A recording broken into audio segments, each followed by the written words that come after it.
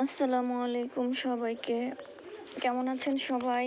আমার প্রিয় ভাই বোন বন্ধুরা, আমার প্রিয় শুভাকাঙ্ক্ষীরা, আপনারা সবাই কেমন আছেন? আজকে বহুদিন পরে আপনাদের মাঝে ছোট্ট একটা ব্লগ, ডেইলি লাইফের একটা ব্লগ আপনাদের সাথে শেয়ার করার জন্য চলে আসছি।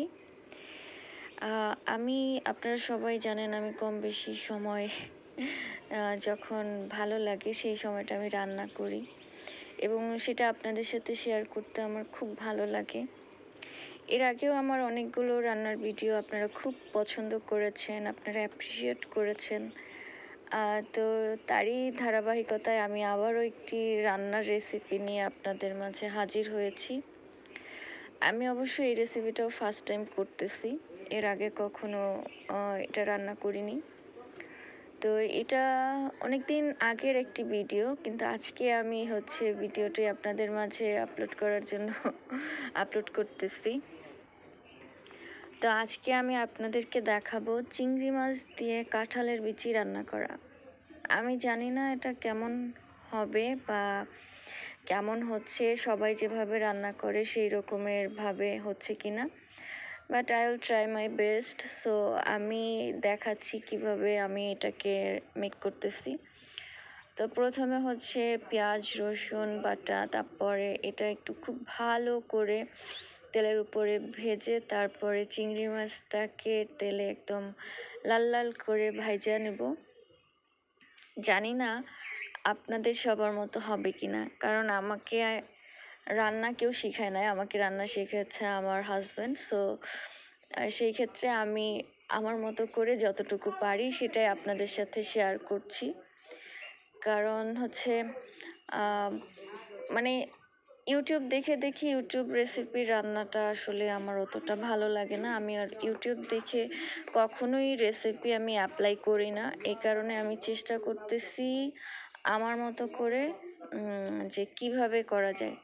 সো এই যে দেখতে পাচ্ছেন একদম মাছটা ভাজা ভাজা হয়ে যাওয়ার পর আমি হালকা একটু পানি দিয়ে রাখছি।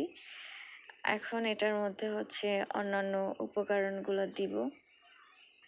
তো যেহেতু আমি এক হাতে ভিডিও করতেছিলাম,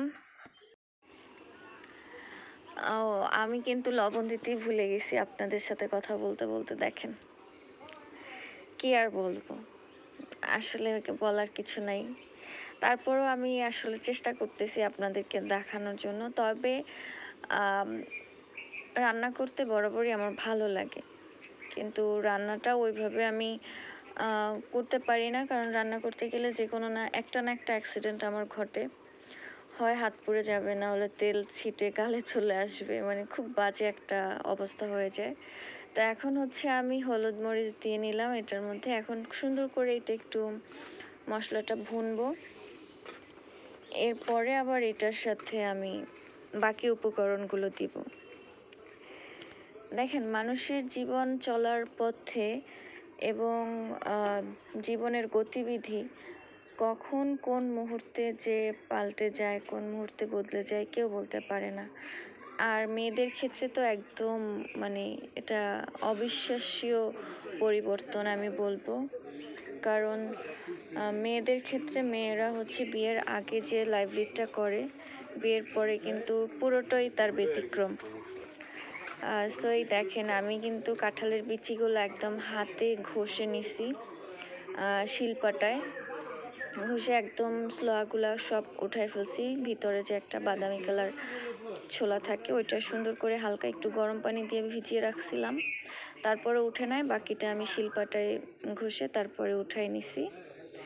এখন চিংড়ি মাছটা সুন্দর ভুনা হয়ে গেছে। এর মধ্যে আমি কাঁঠালের বিচিগুলো একদম আস্তে আস্তে দিয়ে দিব। এটা কাটি নাই, কিন্তু আমি অনেকে কেটে তারপর ছোট ছোট করে দেয়, কিন্তু আমি একদম আস্তেই দিলাম। কারণ এটা আমি পরিমাণ মতো পানি দিয়ে অল্প জলে ঢেকে দিব, যাতে একদম সিদ্ধ হয়ে যায়। অনেকেই ভাবতে পারেন যে কাঁঠালের বিচি আস্ত রান্না করলে তো সিদ্ধ হয় না, কিন্তু এটা একদম ভুল ধারণা।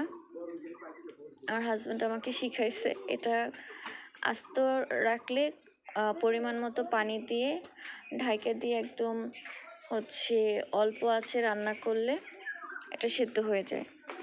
এই দেখেন, আমি এটাকে একদম নাড়াচাড়ায় মশলাটা, চিংড়ি মাছটা একদম সমান সমান করে মাখাঝাকা করে দিয়ে দিচ্ছি।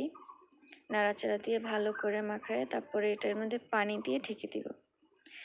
তো যেটা বলতেছিলাম যে মেয়েদের লাইফটা একদম অবিশ্বাস্য পরিবর্তন। এটা কেউ আশাই করে না যে বিয়ের পরে কীরকমের লাইফ হবে। সো যারা এখনও অবিবাহিত আছে অবশ্যই একটু রান্নাবান্না শিখে নিও, না হলে তো অবশ্যই শ্বশুরবাড়িতে কথা শুনবে। So be careful. তা আমার হাজব্যান্ড খুব সাপোর্টিং দেখে আমি আলহামদুলিল্লাহ অনেক কিছু শিখে নিয়েছি। সো তোমরাও একটু শিখে নিও। আর যেহেতু আমার শাশুড়ি নেই, উনি থাকলে হয়তো আমাকে শিখাই দিত, বাট উনি মারা গেছেন। ওনার জন্য সবাই দোয়া করবা। উনি যতদিন ছিলেন ততদিন আলহামদুলিল্লাহ খুবই ভালো ছিল। এই দেখো একবারে সেদ্ধ হয়ে গেছে রান্নাটা, দেখছো? আস্ত কাঁঠালের বিচি একদম সেদ্ধ হয়ে গেছে। তা আমি এটাকে আর ঝোলটা অল্প একটু হালকা টানায় তারপরে এটাকে শেষ করে দিব। আর আমার আজকের রান্নাটা আপনাদের সবার কাছে কেমন লাগলো আমাকে একটু কমেন্টস করে জানাবেন। আমার রান্না কিন্তু শেষ, একদম শেষ মুহূর্তে হচ্ছে। একদম কেমন হয়েছে কমেন্ট করে জানাবেন।